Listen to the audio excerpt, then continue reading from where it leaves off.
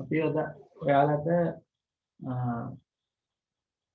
කුලක පාදනේ අවසාන වශයෙන් මේ මිශ්‍ර අභ්‍යාස වල ගැටලු කීපය විසඳන ආකාරය පැහැදිලි කරලා දෙන්න.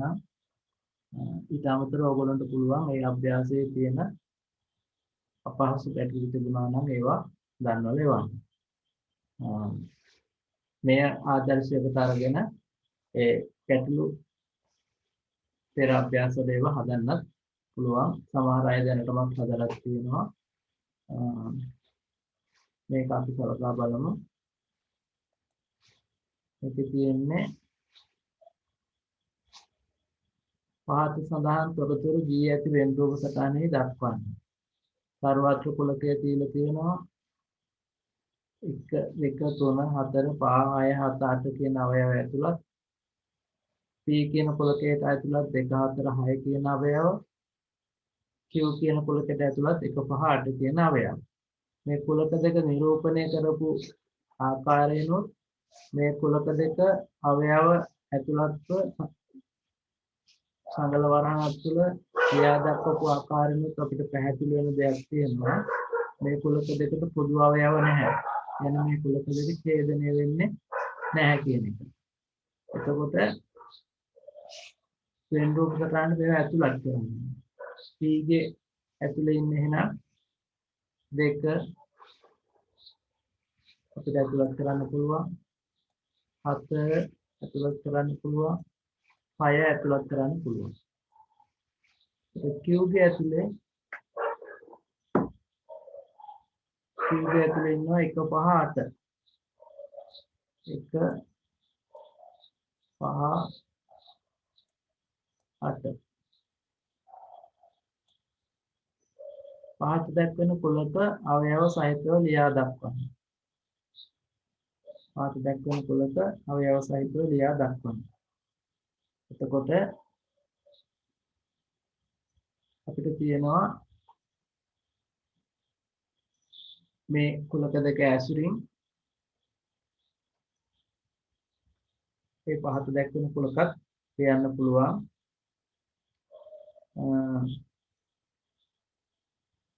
අපි ඒක ගැන සලකා බලමු.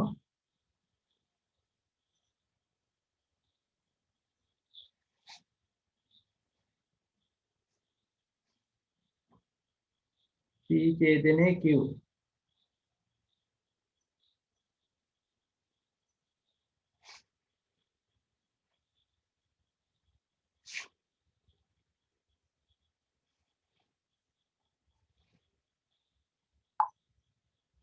ඡේදනයේ Q කියන කුලකයට ඇතුළත් වෙන්නේ මොනවද කියලා මම මෙතනම ලියන්නම්.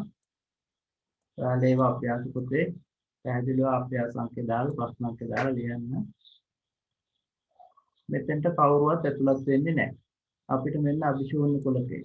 මම ලියන්න පුළුවන් තවත් ආකාරයක් තමයි අපි කියව මෙන්න මේ සංකේතය. මේක නැත්තම් මෙන්න මේ සංකේතය. P මේලේ Q. ඒක ලියන්න පුළුවන්.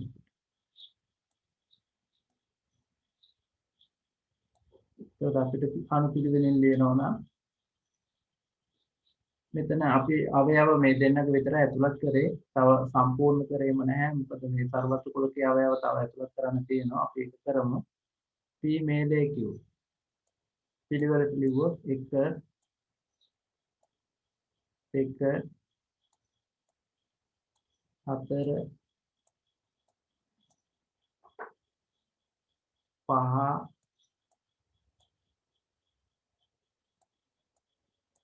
6 8 මේ දෙන්න P හෝ Q ගේ ඇතුළත් අවයව. එතකොට 1 2 4 5 6 8. එතකොට මේ සර්වත්‍ර කුලකයේ තියෙන අනිකුත් අවයව අපි ඇතුළත් කරන්න පුළුවන්. දැන් ඇතුළත් කරමු. මෙතන 2 අපි ගත්තා එයා අවශ්‍ය නැහැ. 4 ගත්තා එයා අවශ්‍ය නැහැ. 6 ගත්තා එයා අවශ්‍යත් නැහැ. 8 ගත්තා එයා අවශ්‍යත් නැහැ. 5 ගත්තා එයා අවශ්‍යත් නැහැ. එකක් ගත්ත ඒ අවශ්‍යත් නැහැ. එහෙමනම් මෙතන ඉන්න ඕන 3යි 7යි.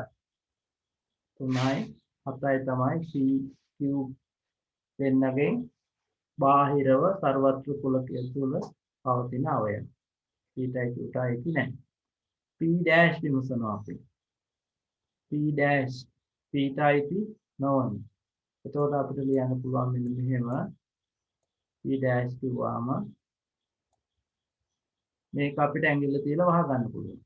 එතකොට හරිද? එතකොට අපිට තියෙන 1 3 5 7 8. 1 3 5 7 8.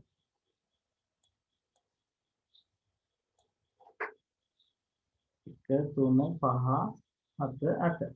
ඊටයි තියෙනවා. Q dash. Q dash මම මෙතනින් ලියලා පෙන්නන්නම්. ඔයාලා ගෙදරදී හදලා තිබුණා නම් ඔයා පරීක්ෂා කර බලන්න. ඊට අමතරව අමාරු කරනවා තුනම මගේ විමසන්න. මම ඊළඟ වේලාව තුල ඊළඟ අභ්‍යාසයට තමයි යන්නේ. මෙතන දැන් අපිට තියෙනවා Q dash කියන්නේ මේ Q වල ඇඟිල්ල තියලා වහ ගන්න පුළුවන්. නැත්නම් මේ පොඩි කාසියක් තියෙන එයා වහම එතකොට Q dash අපිට පිළිඹු වෙනවා. ඒතර අපිට තියෙනවා අපි පිළිවෙලකට ගත්තොත් 2 3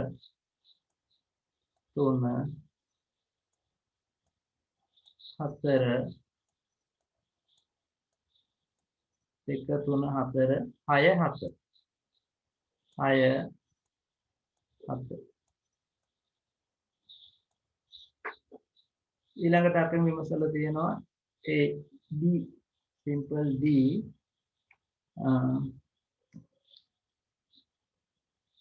මේ අපි ගත්තේ මිශ්‍ර අභ්‍යාසයේ.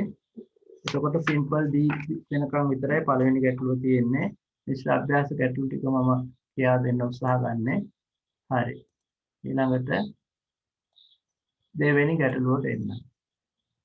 කුලකවල අවයව දී ඇති වෙන් රූප සටහනේ දක්වන්න. එතකොට මෙතනදී මම කිව්වා මෙන්න අපිට මෙතන P කුලකයේ සංගල වරහණක් තුල ලියලා පෙන්නලා තියෙනවා. Q කුලකයත් එහෙම ලියලා පෙන්නලා තියෙනවා. ඒ තුලින්ම අපිට අවබෝධය ගන්න පුළුවන් Pටයි Qටයි දෙන්නට පොදු අවයව තියෙනවා 4 10. මේ වෙන් රූප සටහනකින් ඒ දෙන්න පෙන්නලා තියෙනවා ඡේදන වෙන බවට. එතනොත් අපිට අදහස ගන්න පුළුවන් PQ දෙන්න ඡේදන කුලක දෙකක් කියලා. හැබැයි මේ අය මේ XY කියලා එකක් දාලා තියෙනවා. ඔයාගේ පොතේත් එහෙමත් දන්නේ. අපි ඒක PQ කියලා හදාගමු. ඒක ඉතින් මුද්‍රණ දෝෂ. එතකොට දැන් අපි බලමු 4 10ට අමතරව P වල තියෙන තවත් අවයව. P වල තියෙන තවත් අවයව. එතකොට 2. ඔන්න අපිට ලැබෙනවා. 2. එතකොට අපි බලමු Q වල 3 8. 3 8. දැන් මෙයාගේ 2 3 8 4 10 අයින් කරා අපි 2 4 10 3 8 මේ ඇතුළත් කරපු ඒවා අයින් කරා. එතකොට ඉතුරු වෙලා තියෙනවා 5 7 12. ඒ කට්ටිය මේ දෙන්නට පිටතින් ඉන්න නො සර්වතු කුලකයේ තුල 5 7 12. එතකොට දී ඇති වෙන් රූපකට අපි මේක සම්පූර්ණ කර හරි පහත දැක්වෙන කුලකල අවයව දී ඇති වෙන් රූප සටහනේ දක්වන්න. කොහොමනේ අපිට දීලා තිබුණේ වෙන ප්‍රශ්නයක් ඒක අහලා නැහැ.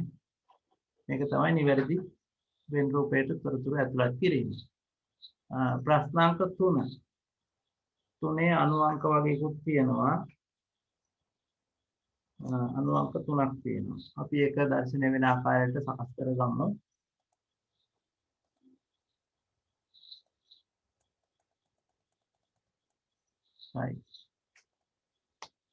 මේ තියෙන වලට පැහැදිලි මේ කුලක දෙක එක් කුලකයක උපකුලකයක්ව පවතින අනෙක් කුලකයක. ඒ කියන්නේ B කුලකය A වල උපකුලකයක්. අපිට ඕන එක ලියලා පෙන්නන්න පුළුවන්. B කුලකය උපකුලකයක් වෙනවා A වල. මම ලියලා පෙන්නන්න පුළුවන්. එතකොට අපිට කියනවා අවයව සහිතව ලියන්නලු මේවා. A එක A කුලකය. මම මෙතනින් පටන් ගන්නම්කෝ. A කුලකය. මේ තියෙන්නේ. එතකොට එයාගේ අවයව අපිට තියෙනවා 2 4 5 6 8. ඔයා එහෙම ලියලා තුනනම් හරි. 2 4 6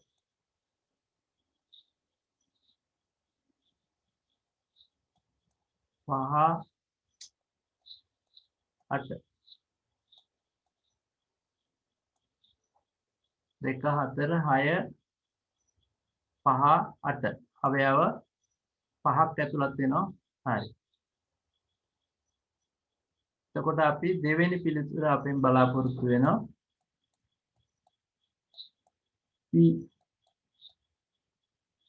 B අපිට ලියන්න පුළුවන් 4 8. 4 8. B. ඊට පස්සේ අපෙන් බලාපොරොත්තු වෙනවා සර්වත්‍ර කුලකය. अंक 3 सर्वत्र कुलके अंक 3 सर्वत्र कुलके අවයව ගොඩක් තියෙනවානේ අපි ටිකක් ඉඳ ගත්තේ ඒකයි මේ සියලු දෙනා පිළිවෙලට දැම්මොත් 1 2 3 1 2 3 එතන එක තියෙන්නේ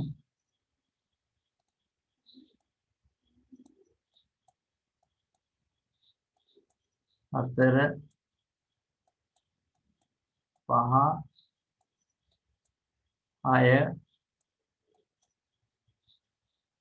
7 ඒකට අපිට තියෙනවා 1 2 3 4 5 6 7 8ක් තියෙනවා 8ක් තියෙනවා 8 1යි 2යි 3යි 4යි 5යි 6යි 7යි 8යි අවයව 8යි එතකොට ප්‍රශ්නාංක 4ෙන් අපෙන් අහනවා A ඡේදනයේ B මේ තියෙන A ඡේදනයේ B A ඡේදනය B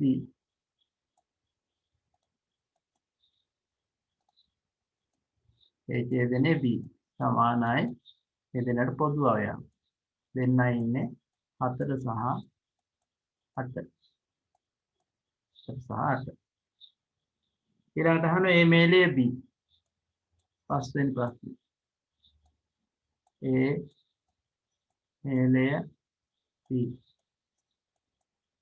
එතන මේ දෙන්නා තුලම පවතින අවයව 2 4 5 6 8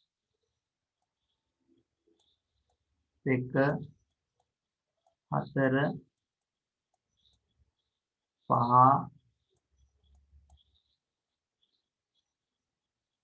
6 8 අනුපිළිවෙලට ලිව්වා මේකේ කිසියම් පිළිවෙලක් තියෙනවනේ ඒකයි එහෙම උත්සාහ කරේ 2 4 5 6 8 හරි ඊළඟට විමසනවා 6 ප්‍රශ්නාංක 6 A dash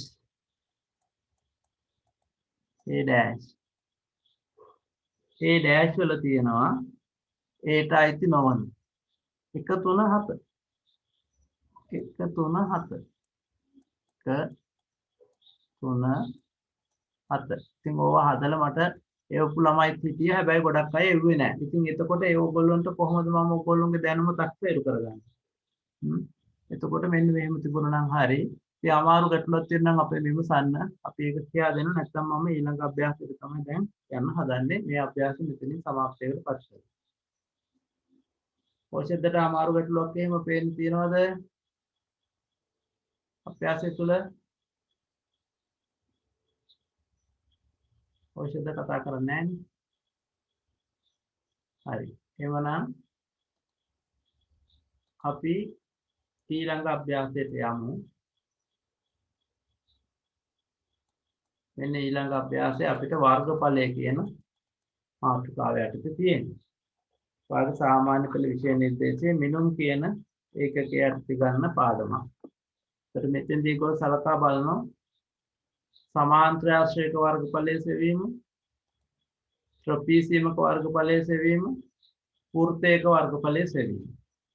ඉතින් දැනට අපි දන්නවා සාමාන්‍යයෙන් පහළ ශ්‍රේණිවලදී අපි ඉගෙන ගත්තා සමචතුරාශ්‍රයක වර්ගඵලය, ත්‍රිකෝණාශ්‍රයක වර්ගඵලය, ඒ වගේම ත්‍රිකෝණයක වර්ගඵලය. ඒ තල රූප වලට අමතරව අපිට තව තල රූප තුනක් මෙතනදී හඳුන්වා දෙනවා. සමාන්තරාශ්‍රය, ත්‍රපීසියම, වෘත්තය. මේව තල රූප තුනේ වර්ගඵලය ගණනය කරන ආකාරය තමයි දැන් අපි සලකා බලන්නේ. ඉතින් අපි ඒකට එමු. ඊට කලින් අපිට තියෙනවා පෙරහුරු පරීක්ෂණය. මූලික හඳුන්වා දීම පහුගිය ශ්‍රේණිවලදී කරපු ඒ ටිකක් තිබුණා. මේ පෙරහුරු පරීක්ෂණය අපි තෝරාගත්තා. මොකද ඒ අවබෝධයෙන් ගන්න ඕන නිසා පහත දැක්වෙන එක් එක් තල රූපයේ වර්ගඵලය සොයන්න. ඒවා දන්න සමචතුරාශ්‍රයක වර්ගඵලය සොයන්නේ කොහොමද? පැත්තක දිග ගුණ කිරීම පැත්තක දිග. එතකොට 5යි මෙතනත් 5යි කියලා අපි දාන්නේ. එයා සමචතුරාශ්‍රයක් නේ. එතකොට එයා වර්ගඵලය ඒකක අපි දන්නවා වර්ග සෙන්ටිමීටර්, වර්ග මීටර්, වර්ග කිලෝමීටර ආදී වශයෙන් ගන්න පුළුවන්. එතකොට මෙතන මෙයාගේ සම්පූර්ණ වර්ගඵලය අපිට එනවා 25යි වර්ග සෙන්ටිමීටර්. 25යි සෙන්ටිමීටර් වර්ග. මේවා ගෙදරදී හදලත් ඇති සමහර අය. ත්‍රිකෝණාශ්‍රය කියන්නේ දිග ගුණ කිරීම පළල. එහෙනම් 24යි. 24යි වර්ග සෙන්ටිමීටර්. ඔය මුළු පොත්ම ගෙදරදී ඔයගොල්ලන්ට කරන්න පුළුවන්. ඇත්තටම මේ පුළුවන් ඒවා තියෙනවනේ. ත්‍රිකෝණය තමයි අපි පහුගිය ශ්‍රේණියේදී පාඩමක් යටතේ හැදෑරුවා. ත්‍රිකෝණයක වර්ගඵලය භාගය වැඩි කිරීම, ආධාරක පාදය වැඩි කිරීම, ලම්බ කුස කියලා. පාදය වැඩි කිරීම, ආධාරක පාදය වැඩි කිරීම, ලම්බ කුස කියන. ඒතර මෙතන අපිට මෙයාගේ එහෙම ගත්තොත් මෙන්න භාගය ආධාරක පාදය 10යි, ලම්බ කුස තමයි 5යි. මේවා එක ගැන සැලකිලිමත් කරන්න ඕන එකම එකක තමයි තියෙන්නේ. එතකොට මේ පොදු සාධකයක් තියෙන දෙකෙන් කැපෙනවා 25යි. මෙයාගේ වර්ගඵලය වර්ග සෙන්ටිමීටර් 25යි. වර්ග සෙන්ටිමීටර් 25යි. එතකොට දැන් අපි ඊළඟ ගැටලුවට යොමු වෙන්න සකස් කරගම් තිරය එතනදී ඒව දර්ශනය වෙන ආකාරයට හරි. දැන් අපිට තියෙන මේ ත්‍රිකෝණයක් තියෙනවා. මේක මහා කෝණී ත්‍රිකෝණයක්. මෙයාගේ වර්ගඵලය සලකා බලනකොට අපි දන්නවා මේ තමයි ලම්බ කුස, ආධාරක පාදය 8යි කියලා අපි ගන්නෙ. මේ සම්පූර්ණ ටික ගන්න එහෙම නැහැ. එතකොට එයාගේ වර්ගඵලයත් අපිට වල දෙන්න පුළුවන්. භාගය ගුණ කිරීම ආධාරක පාදය 8යි ගුණ කිරීම 6යි. එතන මේ පොදු සාධක වලින් කැපෙනවා මෙතන 4ක් තියෙනවා. ඒ කියන්නේ 24යි සෙන්ටිමීටර් වර්ග. 24යි සෙන්ටිමීටර් වර්ග. ඊට පස්සේ අපිට තියෙනවා සංයුක්ත තල රූපයක්. ත්‍රිකෝණාශ්‍රයක් තියෙනවා. ඊට පස්සේ තියෙනවා එයාට බද්ධ වෙලා ත්‍රිකෝණයක්. සම්පූර්ණයෙන් අපි සලකා බැලුවොත් ත්‍රපීසියමක් වගේ. මේ තියෙන ත්‍රපීසියමේ සමාන්තර පාද දෙක. එතකොට අපි ඒකේ ත්‍රිකෝණාශ්‍රය වෙනම හොයන්න පුළුවන්. එතකොට 7 × 3 21යි.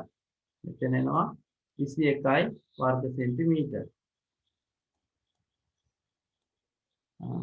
එතකොට අපිට මේ ත්‍රිකෝණයක් නිසා මේක හරියම ලේසි. මේ ලම්බ කුස මෙතනින් තියෙන. මෙතනින් ගන්න පුළුවන්. මේක ආධාරක පාදය කියලා ගන්නත් පුළුවන්. නැත්නම් මේක ලම්බ කුස මේ ආධාරක පාදය කියලා ගන්නත් පුළුවන්. එතකොට අපි දන්නවා මේ සම්පූර්ණ දිග 9යි. මේ කෙටි දිග 3යි. 9න් 3 ගියාම එහෙනම් මේ දුර 6යි. මේක 7යි. ඉතින් අපි දන්නවා ත්‍රිකෝණයේ ත්‍රිකෝණයක වර්ගඵලය ගණනය කරන්න හරිම ලේසි. ත්‍රිකෝණයට බද්ධ පාද දෙක ගුණ කරලා දෙකෙන් බෙදුවාම හරි. ඒතර අපි දන්නවා 4ක් 6. 42යි. දෙකෙන් බෙදුවොත් 21යි. එහෙනම් මෙතන අපිට ලැබෙන්නේ 21යි මෙයාව. 21යි සෙන්ටිමීටර වර්ග. දෙන්නගේම වර්ගඵලයන් දෙක සමානයි. හැබැයි සංයුක්ත මුළු රූපේනේ ඕන. එතකොට 42යි වර්ග සෙන්ටිමීටර. මුළු රූපේම වර්ගඵලය 42යි වර්ග සෙන්ටිමීටර. ඊළඟට අපි මේ සංයුක්ත තල රූපයක් අර නිවසක පැතිදිත්‍යයක් වගේ දර්ශනයක් තියෙන. හැබැයි ඉතින් එහෙම ගන්න බෑ අපිට මේ නිවසක පැතිදිත්‍යයක් කියලා. මොකද සෙන්ටිමීටර ගණන් වලින් තියෙන්නේ. එහෙම ගැටලුත් එයි. ඒකයි මම කිව්වේ. ඒතකොට මීටර වලින් තියෙන්නේ මේවා. මෙයාගේ අපි දන්න මෙතන ත්‍රිකෝණාශ්‍රයක්. ඒ කියන්නේ 40යි වර්ග සෙන්ටිමීටර මේ කොටස. වර්ග සෙන්ටිමීටර 40යි. මේ කොටස අපි දන්නවා ආධාරක පාදය 10යි ලම්බ කුස 3යි. එතකොට අපිට එන්නේ භාගේ ගුණ කිරීම 10 ගුණ කිරීම 3. එතකොට අපිට එනවා මෙයා පුස්වාදක වලින් සුළු වෙනවා 5යි 15යි. එතන එනවා 15යි සෙන්ටිමීටර වර්ග. 15යි වර්ග සෙන්ටිමීටර මේ ත්‍රිකෝණය විතරක්. ඒක 15යි 40 කියන්නේ සමස්තය අපි දන්නවා 55යි. 55යි වර්ග සෙන්ටිමීටර. වර්ග සෙන්ටිමීටර 55යි. එතකොට අපි ඊළඟ ප්‍රශ්න දර්ශනය වෙන ආකාරයට සකස් කරගමු.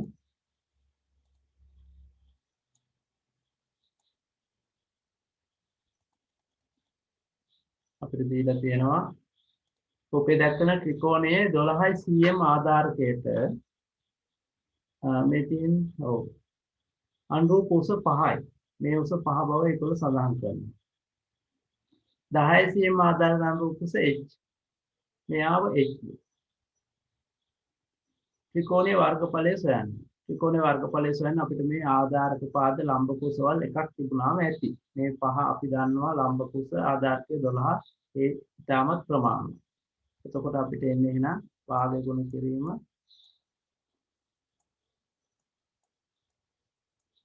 12 ගුණ කිරීම 5. ඒත් අපි දන්නේ මේලට පොදු සාධක තියෙනවා 6යි 6 5 30යි වර්ග සෙන්ටිමීටර 30යි 30යි සෙන්ටිමීටර වර්ග සෙන්ටිමීටර 30යි h අගය සොයන්න. ඔන්න දැන් අපිට මෙන්න වැදගත් දෙයක් h වල අගය සොයන්න. h වල අගය හොයන්න අපි යොදාගන්නේ මෙන්න මේ වර්ගඵලය තමයි දරුවනේ. අපිට මේ මෙතනින් තවත් පැහැදිලි කාරණයක් තමයි ත්‍රිකෝණයක වර්ගඵලය. මේ ආධාරක පාදයේ මේ ලම්බ කුසෙන් මගින් ගන්නත් පුළුවන්. මේ ආධාරක පාදයේ මේ ලම්බ කුස මගින් ගන්නත් පුළුවන්. දැන් මේ මගින් අරගෙන ත්‍රිකෝණයේ වර්ගඵලය අපි නියමිත ගණනය කරා. නිවැරදිව. එතකොට මේ ආධාරක පාදය මේ ලම්බ කුසින් ගත්තත් මේ වර්ගඵලයට සමාන වෙනවා. අන්න ඒම සමාන කිරීම තුළින් අපි සමීකරණයක් ලබා ගන්නවා. සමීකරණය නොදන්නා රාශියක් විදිහට h පමණ ඇතුළත් වෙන්නේ. ඒකට අපිට h හොයන්න පුළුවන්. ඒකට අපි ලියනවා මෙන්න භාගේ ගුණ කිරීම. ඒ වගේ ගැටලු හොඳට විමසා බලන්න. අන්න ඒ විදිහට තමයි අපි හදන්නේ. 10 ගුණ කිරීම h වර්ගඵලය. හැබැයි අපි දැනටමත් හොයාගෙන තියෙනවා 30යි. 30ට සමාන කරා. මෙතන අපෝසාදක මගින් සුළු වෙනවා 5යි. ඒක 5යි h කියන්නේ 30යි කියලා අපිට එනවා. 5යි h කියන්නේ 30යි. එහෙනම් දරුවෝ දෙපැත්තම අපි 5ෙන් බෙදුවොත් h කියන්නේ 6යි. h කියන්නේ ඒ උස සෙන්ටිමීටර 6යි. 6යි සෙන්ටිමීටර. ඒකට අපි ප්‍රශ්නෙටත් නිවැරදිව පිළිතුරු සැපයුවා. හැබැයි ඉතින් ඕක ගොඩක් ළමයි ගෙවල් වලදී කරලා තිබුණා. එහෙනම් හොඳයි. ඒක තමයි වෙන්න ඕනේ. හරි. අපි ඊළඟ ප්‍රශ්නය සඳහා අවස්ථාව ගමු. පින්තූරයක් මොනවද අපිට ඒක නිරූපණය කළ දීලා නැහැ. මේ ප්‍රශ්න රාශියක පින්තූර තිබුණා. මෙතනදි පින්තූරයක් නැහැ. කොමක් නැහැ. පැත්තකදී 12ක් වූ සම්පාත ත්‍රිකෝණාකාර ආස්තරයක පරිමිතිය කොහොමද? එතකොට අපිට කියන්නේ පැත්තක ටික 12ක් හෝ සමපාද ත්‍රිකෝණාකාර ආස්තරය. පැත්තක ටික 12ක්. අපි මෙහෙම නිරූපණය කරමුකෝ. සමපාද. ඒ සමපාද ත්‍රිකෝණයක් කියනකොට අපි දන්න කෝණ අංශක 60යි නේද? මේ පැත්ත තුනම සමානයි. ඒක සමානයි. 12යි. 12යි. එතකොට පරිමිතිය අපි දන්න 12 3 36යි. එහෙනම් 36යි පරිමිතියේ ඒකක සෙන්ටිමීටර් මීටර් කිලෝමීටර්. ඒව වර්ග වෙන්නේ නැහැ. වර්ග ඒකක නෙමෙයි. සෙන්ටිමීටර් 36යි. එම පරිමිතියට සමාන පරිමිතියක් ඇති සමචතුරස්‍රාකාර ආස්තරයක පරිමිතිය. සිදුවේ පුතේ වාට පුළුවන් කම්බියක් අරගෙන නවලා මෙන්න මේ වගේ සම්පාද ත්‍රිකෝණයක් හදන්න. එතකොට මේ මුළු කම්බියම ඔයා දිග ඇරියොත් ඔයාට ලැබෙන්නේ මේ සම්පූර්ණ දිග 36යි. 36යි සෙන්ටිමීටර්. යලිත් කරලා දිග ඇරියොත්. දැන් මේකෙන් ආපහු ඔයා හදනවා සමචතුරස්‍රාකාර ආස්තරයක්. ආයි සමචතුරස්‍රාකාරයක් තියෙනවා. ඒ කියන්නේ මේක සමාන කොටස් හතරකට ඔයා බෙදන්න ඕනේ. එතකොට එක පැත්තක් එන්නේ ඔයා දන්නවා. ඇත්තටම 36 බෙදීම 4. 36 බෙදීම 4. එතකොට 36 4ෙන් බෙදුවාම පැත්තක දිග අපිට එන්නේ 9. සෙන්ටිමීටර් 9යි. අපිට ඒක මෙතනින් සංසන්දනය කරලා තහවුරු කරගන්නත් පුළුවන්. ඒ කොටස් තුනකට වෙන වෙනකොට දිග වැඩි 12යි 4ක් නිසා 9යි. ඒ අපි පිළිතුර හරි කියලා තහවුරු කරගන්න එහෙම සැකසීම වෙනත් පුළුවන්. සමචතුරස්‍රාකාර ආස්තරයේ වර්ගඵලය. ඊට පස්සේ මේ ආස්තරයේ වර්ගඵලය. අපි ඕනනම් ආස්තරය ඇඳලා බලමු. මේ වගේ නෙන්නේ.